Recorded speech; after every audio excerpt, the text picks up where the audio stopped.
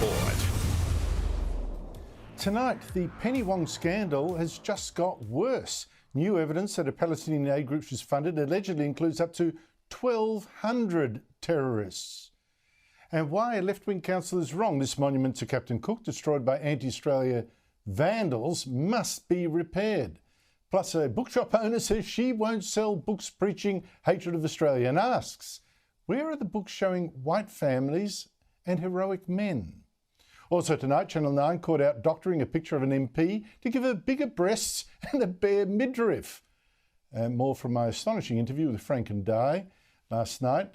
Threatened with arrest for showing the Australian flag on Australia Day. But first, the Prime Minister's a real jam right now. It's been another day of Anthony Albanese trying to explain why he's not actually exactly what he seems, a liar who broke his promise on the Stage 3 tax cuts. No, he says, not a broken promise, just the change. This is a change of policy. It's a change for the better, and we're doing the right thing for all of the right reasons. And Australians can trust me to be prepared to make difficult decisions, not the easy decision. That is the priority that I have, putting people before politics. Trust me, says Alba. What a change in tone, though. From a man who used to campaign against Liberal Prime Minister John Howard for breaking his promises. So who's missed the broken promises now? But wouldn't you know, just when the Liberals have Labor on the run, guess who bobs up to help Labor change the conversation? Yes, it's the smirking, backstabbing Malcolm Turnbull. Now, Turnbull, the former Liberal Prime Minister, was a star last night of a documentary on the ABC called Nemesis, about the Liberals under him and Prime Ministers Tony Abbott and Scott Morrison, and the hatreds between the three of them, the knifing. What one word springs to mind when I say the name Tony Abbott? Negative. I wonder how Turnbull can actually show his face in public. I mean, after stabbing Abbott to become Prime Minister, this man gave us the disastrous Snowy 2.0 green scheme that's blown out to 10 times the cost. And the French submarine deals, the deal that had to be cancelled, that cost another $800 million. And Turnbull also had such appalling judgment that he wanted to let Communist China extradite people living in Australia until the party revolt stopped him. And now Turnbull's mission seems to destroy the Liberals. And a grateful Albanese today jumped all over his latest effort. We saw in the Nemesis program last night, we saw what occurred under the first few years of the coalition government, the dysfunction, the chaos, the fighting of each other. It wasn't good, but in fact, I really do think, though, the ABC last night did do the federal Liberals a big favour. Accidentally, I'm sure. What Nemesis actually showed is that there's this old Liberal Party, you know, that bitter and divided and treacherous one, absolutely confused about what it was for, especially people of the Liberal left back then, you know, Turnbull, Christopher Pyne, and of course George Brandis and others, all on the show last night, and almost all now thankfully gone. But last night gloating how they brought down that Tony Abbott and whinging that they then got hit by the karma truck. What you don't appreciate is the depth of anger of some of those in the room and the lengths they will go to as time moves forward to exact revenge. On the other hand, there's now this new Liberal Party under Peter Dutton, who refused to go on the show quite wisely and leads a remarkably united party now with no backstabbing. And even better, Dutton again today showed what he will do. And it's not what the last two Liberal leaders, Malcolm Turnbull and Scott Morrison, did. Peter Dutton, alone of them, is fighting back against the culture wars of the left. And I think that's what's brought the Liberals back into this contest, neck and neck with Labor in the polls, just a year and a half after being smashed and written off at the election. Dutton has already fought and beaten Labor's voice, for instance, his attempt to divide us by race. He's also now taking paint off Albanese as a liar over his broken tax promise, without committing yet to opposing it, or what I think is more likely, to keeping the Stage 3 tax cuts and also matching Labor's extra tax cuts that it's offered instead to the less wealthy. I think the Prime Minister, after having promised it on 100 occasions, we now need to test his credibility in relation to negative gearing and tax on the family home. Now, yes, that's actually about economics and trust, but on the culture wars, Peter Dutton today promised to scrap the nearly $10 million of funding the Albanese government gave to the Environmental Defenders Office and a similar group. The Environmental Defenders Office has been given millions of dollars of ongoing funding by the Albanese government to wage lawfare. They're a proxy for the government's true intent in relation to addressing projects which have already had valid approvals. Santos's LNG project in the Barossa field offshore of Darwin was in their sights, as you know. But the EDOs lost their federal court case with the judge determining that evidence was confected and lacked integrity. This is a body being funded by the Albanese government. Now, I've covered this scandal several times, as you know, right here on this show. You may take that Santos project. This Environmental Defenders Office, made up of green extremist lawyers, lastly delayed this big offshore gas project in the seas north of Darwin by helping Aborigines from the Tiwi Islands who claimed a pipeline from this project would annoy the rainbow serpent and the crocodile man living in that part of the sea, exactly that part, and disturb graves and sacred sites of people who lived on that seabed more than 30,000 years ago when it was above water. Now, as I've reported, Federal Court Judge Natalie Charlesworth a couple of weeks ago lifted the ban. She could not accept these claims about where underwater Aborigines once lived, nor these stories about where that rainbow serpent and crocodile man now lived. They also seemed wrong, absolutely. But more, she said that a marine geoscientist hired by this Environmental Defenders Office had lied to local Aborigines when he told them that identifying sacred sites underwater helped to stop another gas project. And she said his map of sacred sites was worthless as evidence. It involved confectionery, she said. That means fakery. Among other things, she said, a video had shown that an Environmental Defenders Office lawyer had herself drawn on that map of supposed cultural sites in a way that could not on any reasonable view truthfully reflect what the Tiwi informant had actually told her. Now, the Albanese government funded these green lawyers who helped trick up dodgy maps and present dodgy Aboriginal myths to stop a big gas development. Peter Dutton would stop that funding. He's going to take on this neo-pagan myth-making. So we now have a choice that the Liberals never offered in years.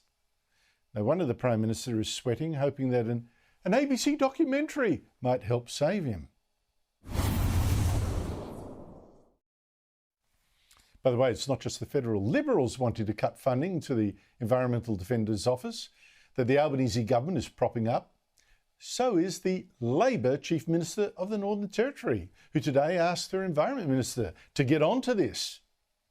Consequences for anybody who's lied, particularly around something that's so important to the Territory economy. We fund them $100,000 a year, and I've asked Kate to have a look at the contract details around that. Joining me is National Senator Matt Canavan, the former Resources Minister and our Tuesday regular. Matt Canavan, cutting off the funding that this Albanese government is giving these activists sounds to me like an absolutely top move. Your view? Well, it's a no-brainer, an absolute no-brainer. Andrew, as you've summarised well, this particular organisation has been found to have lied to Aboriginal communities. Some of their lawyers manipulated evidence that was presented to those communities and subsequently to the court, found its way through to the court. And so how could there's just no justification here for government taxpayer funding to go to an organisation that is acting in such an abominable way.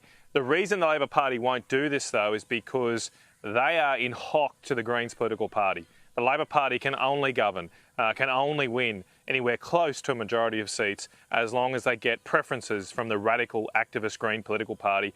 And this is a dirty deal that's done between the Labor Party and the Green movements, the Green hangers-on, if you like, that support the Green political movement. That's what this is all about. They're using your taxpayer dollars, effectively, to buy votes by themselves into Parliament. It should be stopped, but the only way you'll stop it is by kicking out this already tied government that's breaking promises, that doesn't seem to know what they want to do for the country.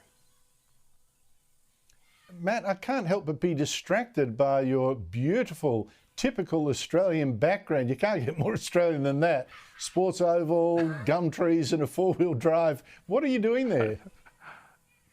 Well, mate, it's what you could enjoy too if you lived in central Queensland. I'm on the banks of the Fitzroy River here. I'm actually at my son's soccer training at the moment. It's thankfully dropped a few degrees in temperature for them. And I'm standing in front of my cart, stick it up to start the Rockhampton Ring Road. Finally, we're getting that going. So thanks to all the locals who have supported that. It's a very important project. Another one that the Labor Party and Anthony Albanese tried to backtrack on. He tried to break his promise on the Rocky Ring Road, but we held him to account, and it's going to be done. Glad that you got that in. Matt, Peter Dutton, I'm talking about this culture wars. Peter Dutton was on the show last week making very clear that he's going to get into them, and I think that's great.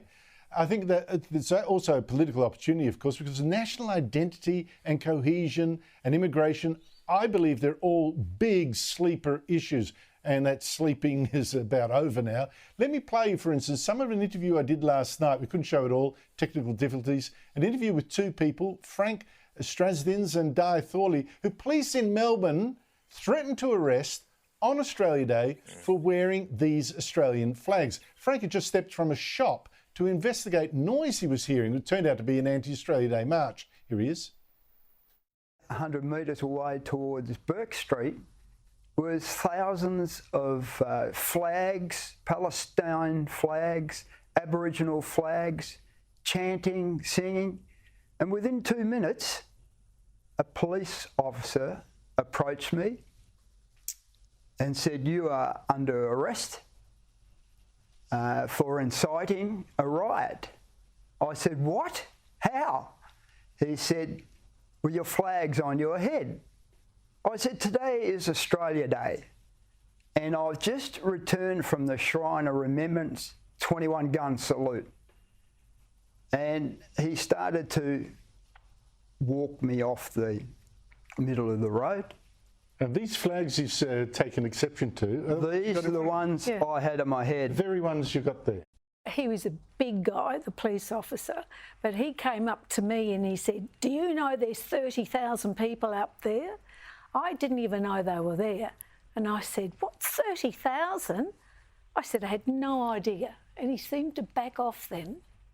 He wasn't as angry. And Frank had said that we wanted to go to South Bank. I felt really disappointed. I was gobsmacked as to what happened. I did walk out the shop and I stood there and they had their eye on me for another 5 minutes before I parted underneath through the arcades, under the railway station to get to South Bank. Now, Canavan, how did this country get to that? And do you sense a wider unease about our national unity, our national identity? Oh, I think it's a lack of leadership, Andrew, and I don't like to call them cultural wars. I think what Peter Dutton and myself and others want to do is deliver a cultural peace. We only have cultural wars because our leaders indulge a small, radical minority among us who hate our country and want to destroy everything we love. Now, you're always going to have these elements in a society. You're always going to have a fifth column, if you like. It's always thus. It's the fact that our leaders, like Anthony Albanese, are wishy-washy about their love for the country. They're wishy-washy about whether or not we should keep Australia Day where it is. And they indulge these small, loud Australians who get out and want to march on the streets. And what happens then is that seeps down to the police and other authorities who I've got some sympathy for them, then are just trying to follow the leaders or so-called leaders that we have. And I think that's why, another reason why we need to kick this government out and get some leaders back who love this country and love so unashamedly, and won't tolerate those who want to try and divide us, actually want to unite us together. Because I know that the stuff that unites Australians, the vast majority of Australians, far outweighs what divides us. We'll always have arguments about the details of tax changes and what have you, but we really do need to concentrate at times about what unites us, especially given the situation we see overseas, the risk of conflict. We need to make sure we can unite as Australians, and I think Anthony Albanese has proven he's not a leader that can do that. Well, I think it's really important. I think what you said is absolutely correct. Every society, I mean, that's been with us for ages, has got people dissenting, and sometimes the dissent is worth it. But it's the responsibility of the leaders to actually stress what unites us, and that's not being done. I'd challenge Albanese to give a speech exactly why he says he loves Australia. List all the great things about Australia, and do not even start or conclude anything, oh yes, but a lot of people don't, or oh yes, we got sins. Don't do that. Just tell us straight what's great about it. I bet you he's never done that. I love Australia, but that's what they're always. It's always a but. Correct. No, actually, the but now comes first, you know. But it's terrible, but it's terrible. I still love it, you know. Come on, Matt, it's got to change. That's true. Thank you so much, Matt, for your efforts in this area too. It's really appreciated. Well, the Prime Minister, Anders Akubra, were up in Queensland today to promise to spend another $70 million on their big hydrogen dream. This is the miracle green fuel making power, you know, from water. And this time they're going to invest this in a planned plant. But the government's green projects and emissions targets are actually going to cost many billions more than this still. And where's all that money going to come from? Well, the government's worried about that. And here's the danger. Treasurer Jim Chalmers wrote a long essay in the Monthly a year ago saying he'd redesign capitalism. Very humble boy, this. And work out ways to steer private investors into putting their money into green schemes. And yesterday, he appointed Greg Combay to head the Future Fund, which manages more than $200 billion of investments to pay particularly for the superannuation of public servants. That is a tempting pot of money for a big spending government that has wanted super funds in particular to invest in its climate schemes. And Greg Combay is a former Labor climate change minister and chairman of the government's Net Zero Economy Agency. Joining me is the inaugural chairman of that Future Fund's Board of Guardians, David Murray. He today published an essay on the fund for the Centre of Independent Studies. David Murray also happens to be one of our most successful bankers, hugely successful as head of the Commonwealth Bank. David Murray, thank you so much for joining me. Greg Combay's appointment to the Future Fund, should we worry? Yeah, I have some concern with it. Greg Combay is a very capable and experienced person who, in normal sense, would be able to undertake that role. But he has made comments over many years, actually, that funds in superannuation, for example, should be directed to so-called national interest projects or nation-building projects. Once you do that in a fund, you distort the asset allocation, you distort the risk-return framework, and upset the probability of returns. So I don't think it's appropriate. And the most important single asset that the Future Fund has is its independence from government, of course accompanied by a strict accountability framework. Now, Greg Combay would argue he is independent, to make a decision independently, but I worry about his mindset. For instance, the problem with these green schemes is their profitability long-term often depends on a government consensus that, yes, global warming is terrible, yes, we've got to do something about it, yeah, let's prop up all these green industries, let's punish ones that are fossil fuels. But once that consensus breaks down, of course, the assets don't have the same value, don't give the same return. What I'm suggesting here is the governments won't be able to pull back from green investments because they've got all these super funds stuck in it and they can't make Australians poorer. Well, I think in that situation, the members of the super funds will just suffer. Whilst the private sector is not perfect, the fiscal responsibility of people in the private sector requires them to undertake very stringent analysis of anything they invest in. And the Future Fund uses managers all over the world who are very good at doing that. So once you decide something on other grounds, it's likely that the returns will not be there. And we've got plenty of examples of it. We've got Snowy 2.0, we've got the resurrection of this fast rail project from Melbourne to Brisbane. That simply doesn't work. And the energy projects themselves are going to leave us with stranded assets, too much power grid, and not enough generation of power. So, and a more costly energy system. So, the private sector doesn't do this, and that's why if we have public influence on investments, which by and large the Future Fund has steered clear of, then the returns won't be there. Can I just finally turn to today's economic data? Retail sales fell off a cliff in December when Christmas sales are normally strong, down 2.7%. And that's after, of course, I've got to say, the bump in November from the Black Friday sales. What does that tell you? What sort of position are we in? Well, it tells me that we're reaching the point where monetary tightening is taking effect. Don't forget that the monetary tightening started from too low a point. Rates should never have been that low in the first place. But the pace of tightening to catch up had to be very, very fast. And so one can expect that with the usual lag, we're going to have a serious impact on spending, and this is a sign that that's starting to happen. But there are still structural issues affecting inflation, particularly the cost of energy, and this means that we could be in a position where households are stretched, but the Reserve Bank doesn't have all of the clear air it needs to drop rates more quickly. So we really now must get into a process of fundamental economic reform. Total government outlays to GDP are far too high, probably 10 percentage points higher than they should be. We're going backwards on GDP per capita. That means our wealth is falling, and we're going backwards also on our exchange rate.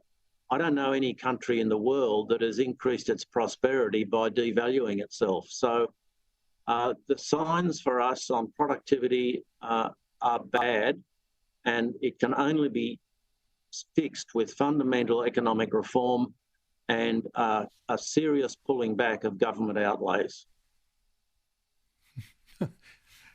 David Murray, I didn't know you'd become such a dreamer after stepping down from your roles. This government going to cut spending, going to do economic reform instead of going, in fact, the other way, as it has for the last year and a half. I don't see that happening. So unfortunately, on that grim bit of news, thank you so much for coming on the show. It's a pleasure. Good evening. After the break, a bookseller complains, why are there no books for me to sell with men being brave and good, or featuring, say, white families for once on the cover, or not trashing Australia, or stirring up division? Is she right?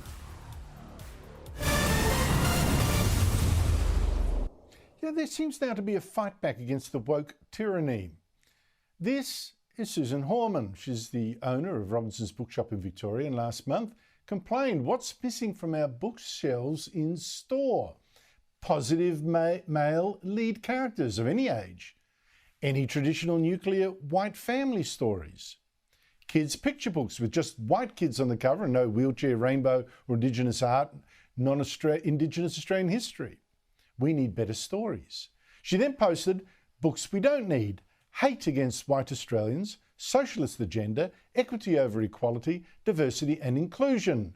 read as anti-white exclusion, left-wing government propaganda, basically the woke agenda that divides people. Not stocking any of these in 2024. And then to, well, unfortunately there was then a pile-up.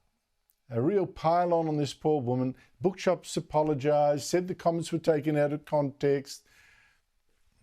Joining me is my Tuesday panel, Will Kingston, host of Australiana, weekly podcast from The Spectator on politics and culture, and Danica Di Giorgio, Sky News presenter and host of a new chat show called The Jury, premiering this Sunday at 8 p.m. And yet she spends time here when she should be preparing. What a woman. But first, where would I want to be? Where else? Where else? Where else? Relax on this show instead. Hey, but Will, does Susan Horman deserve this monstering, and should she have to apologise? No, she shouldn't, Andrew. There's a fundamental truth in those posts, and it was, we need better stories.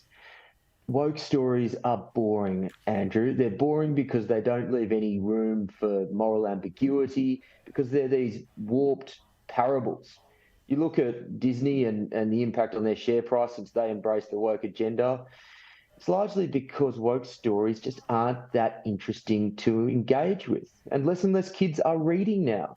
I would suggest, instead of moral virtue signalling on either side, I would suggest focus as an author on writing good stories. Let people draw their own moral lessons from the stories that you tell. Well, I just think with woke films and books, I'm saying to the people writing the scripts or the novels, I'm saying you're not writing, you're reciting, because the moral things clearly, they're just going with the flow. They're not thinking for themselves. But what do you think, Danica? I mean, some people say, oh, those tweets, they're pretty inflammatory. Oh, well, I don't think they're inflammatory at all, Andrew. I mean, this woman was simply saying, I don't want to stock books that are going to cause harm to Australians, that would make people hate each other. I mean, what a concept. Who would have thought that that would actually be the case? And as usual, this is yet another example of the cancel culture. You've now got other authors. You've also got other bookshops coming out, and they're saying boycott the store. They were looking to run her out of business, and they're not going to stop. And then right on cue, she's been forced to apologise. But look, in the end, these diverse books don't sell because they stifle thought. They don't make you think about the wide world that we live in. And I think that Caroline Overington in The Australian, the literary editor in The Australian, she put it quite well. She said that to a mainstream audience, diverse books don't actually sell, and that Australian fiction is dominated by women. And that is not controversial, Andrew. It's a fact.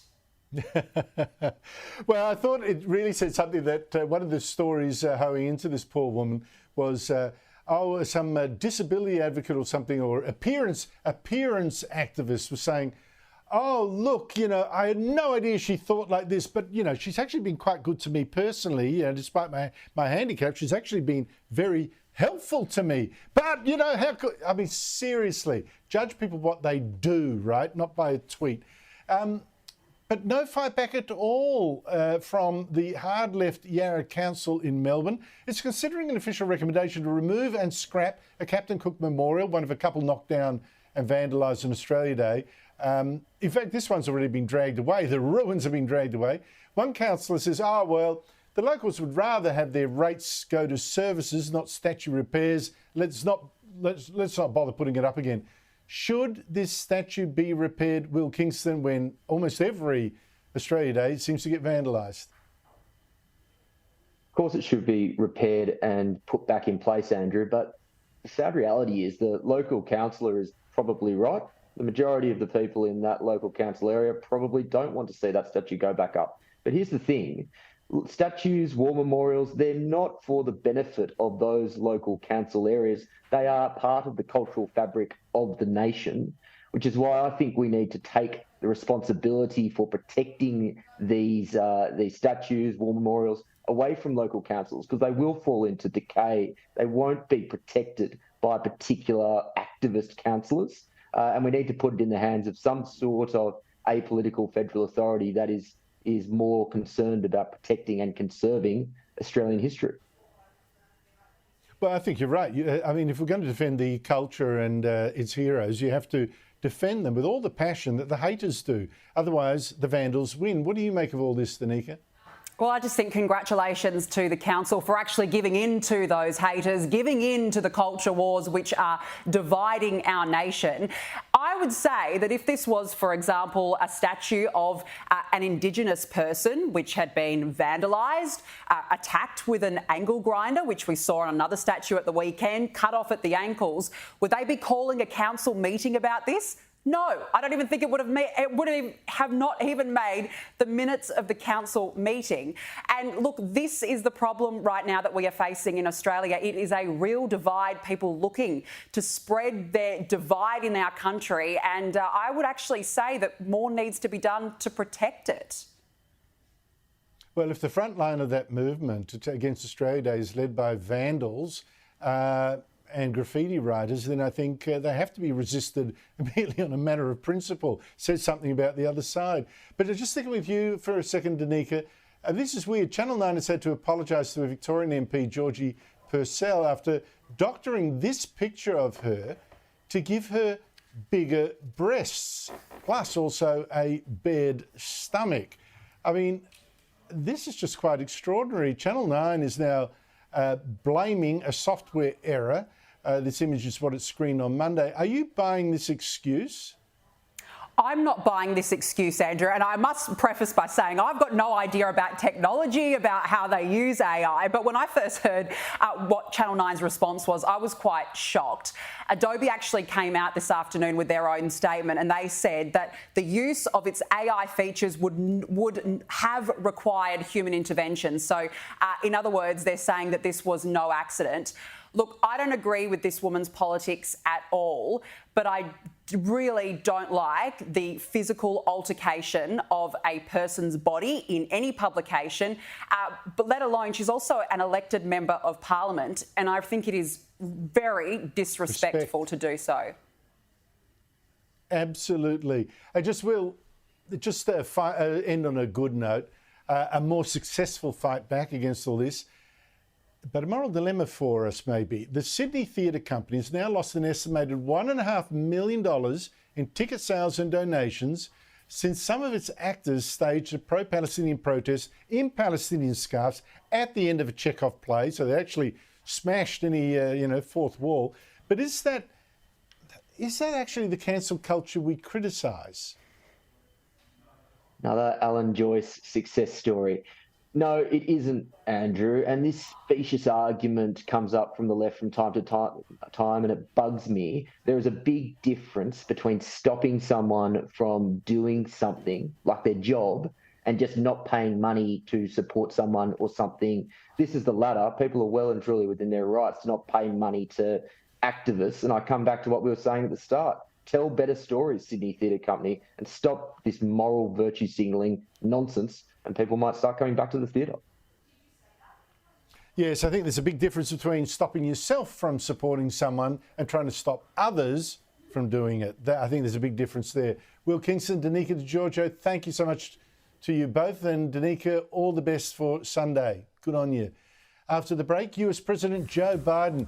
He was so weak, and now Iran attacks and kills US soldiers. As Biden decides how to fight back, Donald Trump warns this could be World War III. Is he right? Sean Spicer is next. The world just got a lot more dangerous. US President Joe Biden is on the brink of war with Iran. That's the Islamist tyranny backed by Russia and China, that axis of tyrants. Biden is today planning exactly how to hit back against Iran or the terrorist group that Iran supplies after a drone attack on a US base in Jordan on Saturday, which killed 3 servicemen. Biden's defense secretary said overnight a response is coming. Outrage and sorrow for the death of 3 brave US troops in Jordan and for the other troops who were wounded. The President and I will not tolerate attack on U.S. forces, and we will take all necessary actions to defend the U.S. and our troops. Now, the US response is likely to be an attack on Iran's terrorist proxies, which include now the Houthi rebels of Yemen, Iraqi militias, and Hamas in Gaza. Its tentacles are everywhere. Or would the US really dare attack Iran itself? Now, former President Donald Trump says this could be World War III, thanks to Biden's weakness and surrender. And yes, indeed, the United States under Joe Biden has projected weakness. It's fled Afghanistan, letting it fall to the Taliban. It's tried to bribe Iran to be nice, to release American hostages by releasing billions of dollars frozen by sanctions to stop Iran developing a nuclear bomb. And joining me is Sean Spicer, Donald Trump's first White House spokesman when he was president. Sean Spicer, thank you so much for joining us. Is Donald Trump right? Is Iran off the leash because Joe Biden is weak? Is that why Iran's now killing US soldiers in Jordan, as well as helping Islamist groups attack Israel and attack ships in the Red Sea? You know, Andrew, I think that there's so much that people look at with respect to our failed withdrawal from Afghanistan as a critical moment where the U.S. and this particular administration was judged, saying if we can't do that right, if we didn't handle that in the way that we handled that spoke volumes to how we saw additional threats and our policy and our posture going forward. So much of what's happened, a lot of academics here, a lot of lawmakers have used that as the jumping off point and saying because that was such a failure, that other countries, other enemies and adversaries looked at that as an opportunity to say, if they're that feckless in that manner, what else won't they do? And you can see the idea that the Houthis, obviously backed by Iran, are willing to take these provocative measures, literally put a drone over U.S. interest and fire at us, wondering whether or not we would retaliate. I mean, to your point, there's a lot of rumors going on now here in the United States about when we will and what we will be doing. But the idea that was in question is a problem. It sure is. Look, there's another sign of weakness, Sean Spicer. I mean, Joe Biden has obviously been hopelessly weak at stopping illegal immigrants. More than 2 million have crossed the Mexican border in just 1 year. I mean, the numbers are just staggering, including even young Chinese men of military age. A boatload of illegals even landed in California last week. But now, a plot twist. Joe Biden says he will now lock down the border if the Republicans in Congress help him. Can you explain Joe Biden suddenly talking like a Donald Trump? Yeah, well, there's two things, Andrew. Number one, I had Chad Wolf on my podcast today, and so folks in the around the globe, Australia, otherwise, can download it and listen to it. Chad was the acting Secretary of Homeland Security at the end of the Trump administration, and I asked him point blank, could President Biden be doing more at the border right now, unilaterally without Congress? And he listed off several things, including filing asylum in third-party countries, remain in Mexico, and the list went on. Point being is that Joe Biden today could be doing a multitude of things to help protect the country. I have posited for a long time, Andrew, that this is not a sign of weakness. This is actually their plan. They want to allow people to come in. They have said since day one, our border is open. Everybody is welcome. This is to them trying to cater as in an election year to pretend to suburban women and places around the country that that's not really, that they're going to pretend that they're actually doing something. But the reality is this is the Democrats' plan. They are bringing in people. They want them as future voters. There's no question that that's what they're doing. And so him posturing this weekend and saying, if you pass legislation that he knows won't pass, right? So when you know something's not going to happen, it makes it a lot easier to act tough. And he's saying, I'd shut down the border on day one. Well, number one, he knows the legislation's not going to pass. Number two, he knows that he has the ability to do it right now. And number three, as I pointed out, he doesn't want to do it. He just wants to be able to cater to that part of his party that actually does care. But let's remember, a good chunk, probably a majority of the Democratic Party right now, doesn't want a closed and secure border. They want people coming in. And so he's trying to have it both ways with his party right now. To those people who are worried, he wants to pretend that he's being tough. But to those people who really want an open and porous border, he's letting them know, don't worry, I'm not changing the policy, because they all know that Congress isn't going to pass this thing because it's not a border security bill. It's an immigration bill. Yes, it's got all sorts of other little aspects tied to it about, whether you send people back, permanent residence, all that kind of stuff that's debatable. If you want to do something about the border, do something about the border. But, Sean, I know Americans, like most voters in democracies, you're looking first at how I'm doing financially, economically, can I get ahead? Those are the things really that tend to determine most elections. But to American voters, the idea that America is weak abroad, weak in defending its borders, I don't know. How's this? How do you think this is going to play out in this election year? You know, it's funny. Just before you and I started, I was texting with a friend of mine on this very issue. And it couldn't be an election that is more clear in terms of the contrast. It's not going to be a hypothetical contest of, what I will promise you this and I will do this. I think Trump's going to lay out, here's what I did in 4 years. I kept the border secure. We were energy independent. Interest rates were lower. Inflation was lower. Our situation abroad was much more secure. And contrast that to every one of those issues where Joe Biden's administration has been, and saying, which 4 years do you want? And I know the Biden administration, when you hear them talk, they want to talk about these abstract ideas, democracy being under attack, which is nonsense, because they can't campaign on their record. They know that the border is insecure and that more and more independent voters in these key battleground states are concerned for their safety. And you put your finger on this, Andrew. For American voters, I've always posited that there are two things.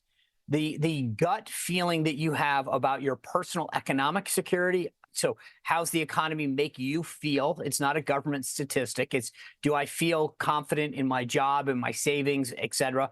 And then your personal security. Do I feel safe? Are cities under attack? Crime is running rampant. The border is open. Fentanyl's flowing into all sorts of communities. And the border situation isn't just about Texas and Arizona and California. Every community is now becoming a border community. And you saw the exit polls in New Hampshire, up there in New England. The number one issue coming out for voters was immigration. And so I think that, to your question, this election is going to be a sharp contrast between 4 years of Donald Trump's policies and the 4 years of Joe Biden's policies, plain and simple. That is such a very decisive way of looking at it. Absolutely. My 4 years against your 4 years, people choose. I think that's going to be a devastating contrast. And it's just, and that's it. That's it. That's simple though, right? Sean Spicer, always great to talk to you. Thank you so much. My pleasure. Good to see you, Andrew. You can actually catch Sean's show on Apple Podcasts or Spotify. After the break, an example of how people up the top are really giving Australians the pip. I mean, there you go. You donate to Lifesaving and find you're getting a report on global warming? Really? And to culture wars, and this is actually a big one. Aren't you sick of people who don't stay in their lane? I mean, they use their position to lecture people on their pet causes. You see it, even priests do it from the pulpit, whether it's global warming, Palestine maybe, race politics. Woolworths, for instance, No to Australia Day. That's not their call. Another example. A viewer wrote to me this week. She's had kids in a local life-saving club for quite a while. She's donated to that club. She shops at Ritchie's supermarket, as do I, and uses his wonderful community benefits to donate specifically to life-saving. But she was shocked to then get an email from Lifesaving Victoria boasting that it's just helped to fund an academic study on the risks of future sea level rises. The rise is predicted because of global warming. Now, I mean, what difference would a couple of inches make anyway? I mean, seriously, what does this have to do with saving drowning swimmers?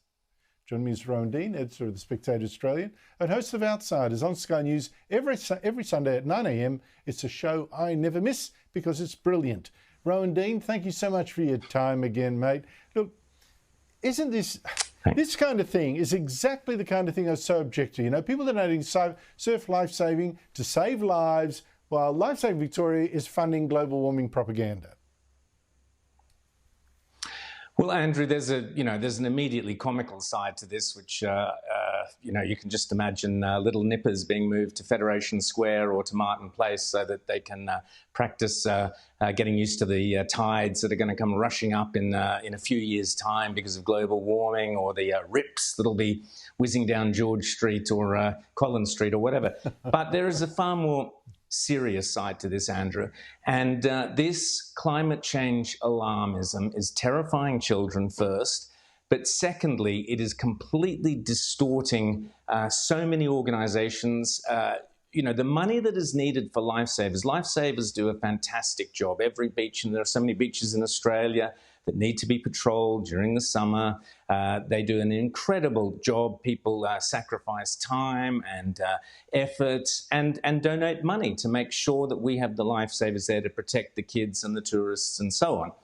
To be wasting money on some lunatic, ridiculous study about rising sea levels, money that could be going to, it might be another piece of equipment, it might be another jet ski down on the beach, it might be another life-saving bit of apparatus. To be wasting money on this sort of garbage tells you it's the perfect metaphor for everything that the left are doing to destroy this country. This cult of climate change, and that's what it is, Andrew. I don't apologise for using the word. It is a cult. And anybody who seriously thinks that lifesavers should be giving one brain cell of thought to rising sea levels at some point in the future is an idiot. And quite frankly, grown-ups need to now start standing up and saying, this stuff has to stop. We are terrifying and propagandizing our children, and it is to the detriment of all the good things in our society.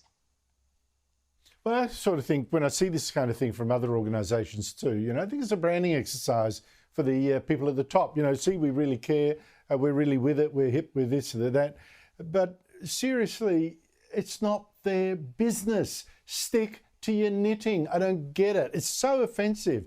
By the way, Rowan, amazing developments this afternoon in a scandal involving Foreign Minister Penny Wong. Now, I've criticised her this week for giving at least $26 million of our money to the United Nations Relief and Works Agency, which is set up for so-called refugees of Palestine.